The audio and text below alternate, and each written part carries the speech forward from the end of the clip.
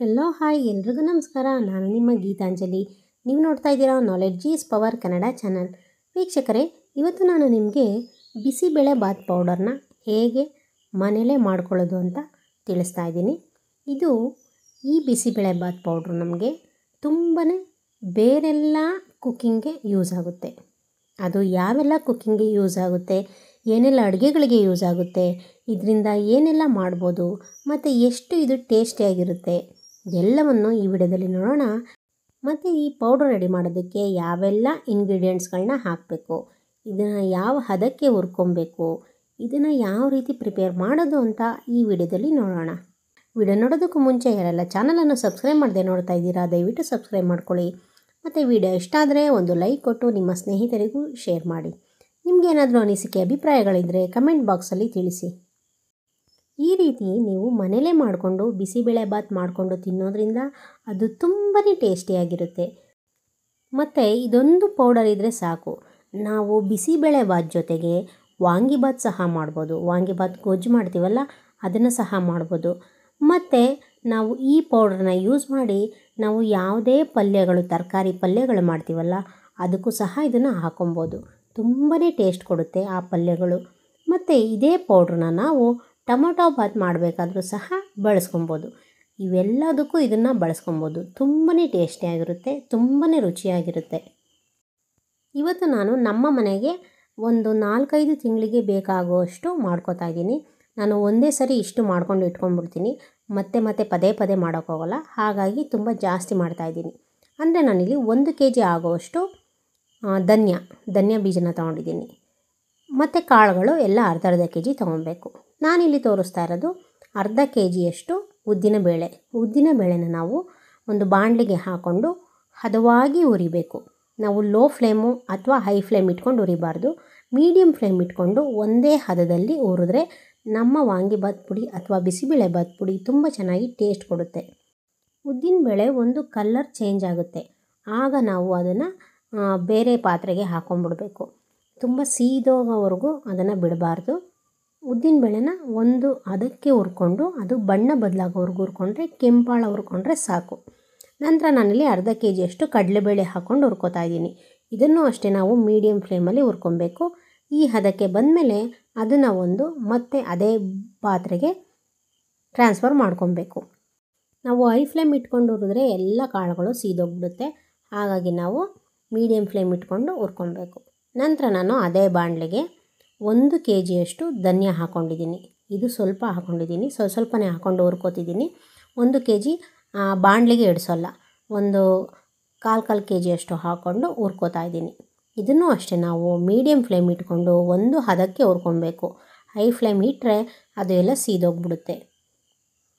ನೋಡಿ, ಇಲ್ಲಿ ಈ ರೀತಿ ನಾವು ಕೈ ಆಡ್ತಾನೆ ಇರಬೇಕು, ಕೈ ಬಿಡಬಾರ್ದು. ಕೈ ಬಿಟ್ಟರೆ ಅವೆಲ್ಲ ತಳ ಹೊತ್ಬಿಡುತ್ತೆ. ಕೈ ಆಡ್ತಾ ನೀಟಾಗಿ ಮಿಕ್ಸ್ ಮಾಡಿಕೊಂಡು ಇದನ್ನು ಒಂದು ಹದಕ್ಕೆ ಹುರ್ಕೊಬೇಕು. ನಾವು ಎಷ್ಟು ಚೆನ್ನಾಗಿ ಹುರ್ಕೋತೀವೋ ಅಷ್ಟು ಚೆನ್ನಾಗಿ ನಮ್ಮ ಪೌಡರ್ ರೆಡಿ ಆಗುತ್ತೆ. ನೋಡಿ, ಹುರಿದಾದ ನಂತರ ಅದೇ ಪಾತ್ರೆಗೆ ಟ್ರಾನ್ಸ್ಫರ್ ಮಾಡ್ಕೋಬೇಕು.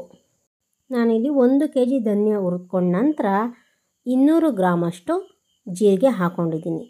200 ಗ್ರಾಮಷ್ಟು ಜೀರಿಗೆ ಹಾಕ್ಕೊಂಡು ಅದನ್ನು ಸಹ ನಾವು ಮೀಡಿಯಮ್ ಫ್ಲೇಮ್ ಇಟ್ಕೊಂಡೇ ಹುರ್ಕೊಬೇಕು.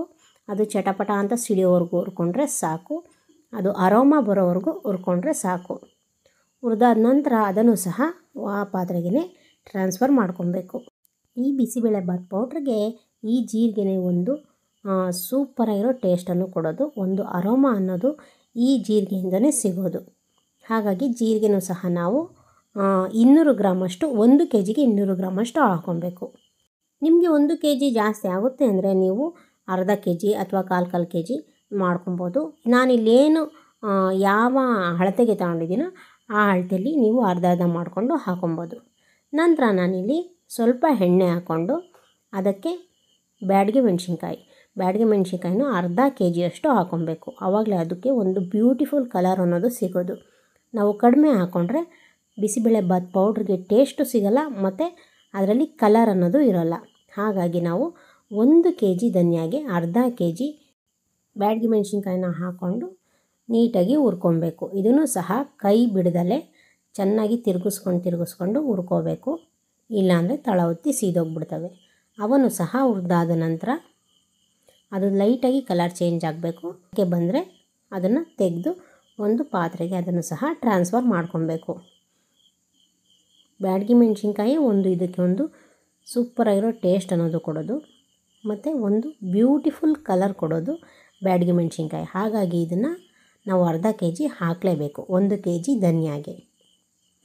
ನಮ್ಮನೇಲಿ ಯಾರೂ ಖಾರ ತಿನ್ನಲ್ಲ, ಹಾಗಾಗಿ ನಾನು ಖಾರದ ಮೆಣಸಿನ್ಕಾಯಿ, ಗುಂಟೂರು ಮೆಣಸಿನ್ಕಾಯಿ ಇವೆಲ್ಲ ಬಳಸ್ತಾ ಇಲ್ಲ. ನೀವು ಬೇಕಿದ್ದರೆ ಅದನ್ನು ಒಂದು 100 ಗ್ರಾಮ್ನಷ್ಟು ಹಾಕೊಬೋದು. ನಂತರ ನಾನಿಲ್ಲಿ ಒಂದು ಪುಟ್ಟ ಬಾಣಲಿಗೆ ಚಕ್ಕೆ, ಲವಂಗ, ಮರಾಠಿ ಮೊಗ್ಗು ಇವಿಷ್ಟನ್ನು ಒಂದು ಸ್ವಲ್ಪ ಹಾಕ್ಕೊಂಡು ಇದನ್ನು ಸಹ ಮೀಡಿಯಮ್ ಫ್ಲೇಮಲ್ಲಿ ಇಟ್ಕೊಂಡು ಒಂದು ಹದಕ್ಕೆ ಅಂದರೆ ಸ್ವಲ್ಪ ಬಣ್ಣ ಬದಲಾಗೋವರೆಗೂ ಮತ್ತು ಅದರ ಅರೋಮಾ ನಮಗೆ ಮೂಗಿಗೆ ತಟ್ಟುತ್ತೆ ಅಲ್ಲಿವರೆಗೂ ನಾವು ಇದನ್ನು ಫ್ರೈ ಮಾಡ್ಕೊಬೇಕು. ಇವಿಷ್ಟನ್ನು ಹುರ್ಕೊಂಡು ಒಂದು ಪಾತ್ರೆಗೆ ಟ್ರಾನ್ಸ್ಫರ್ ಮಾಡಿಕೊಂಡು ನಂತರ ಅದಕ್ಕೆ ಲಾಸ್ಟಿಗೆ ಒಂದು 10 ರೂಪಾಯಿ ಅಷ್ಟು ನಾವು ಅಡುಗೆ ಹಿಂಗನ್ನು ಸೇರಿಸ್ಬೇಕು. ಅಡುಗೆ ಹಿಂಗು ಹಾಕಿದ್ರೆ ನಮಗೆ ಒಂದು ಬ್ಯೂಟಿಫುಲ್ ಫ್ಲೇವರ್ ಅನ್ನೋದು ಸಿಗೋದು. ಇಷ್ಟನ್ನು ಹದವಾಗಿ ಹುರ್ಕೊಂಡು ನಂತರ ನೀವು ಬೇಕಾದರೆ ಮಿಲ್ ಮಾಡಿಸ್ಕೊಬೋದು ಅಥವಾ ನೀವು ಜಾರ್ಗೆ ಹಾಕ್ಕೊಂಡು ಮಿಕ್ಸಿ ಮಾಡ್ಕೊತೀವಿ ಅನ್ನೋದಾದರೆ ಮಿಕ್ಸಿ ಮಾಡ್ಕೊಬೋದು. ನಾನಿಲ್ಲಿ ಜಾಸ್ತಿ ಇರೋದ್ರಿಂದ ನಾನು ಮಿಲ್ ಮಾಡಿಸಿದ್ದೆ.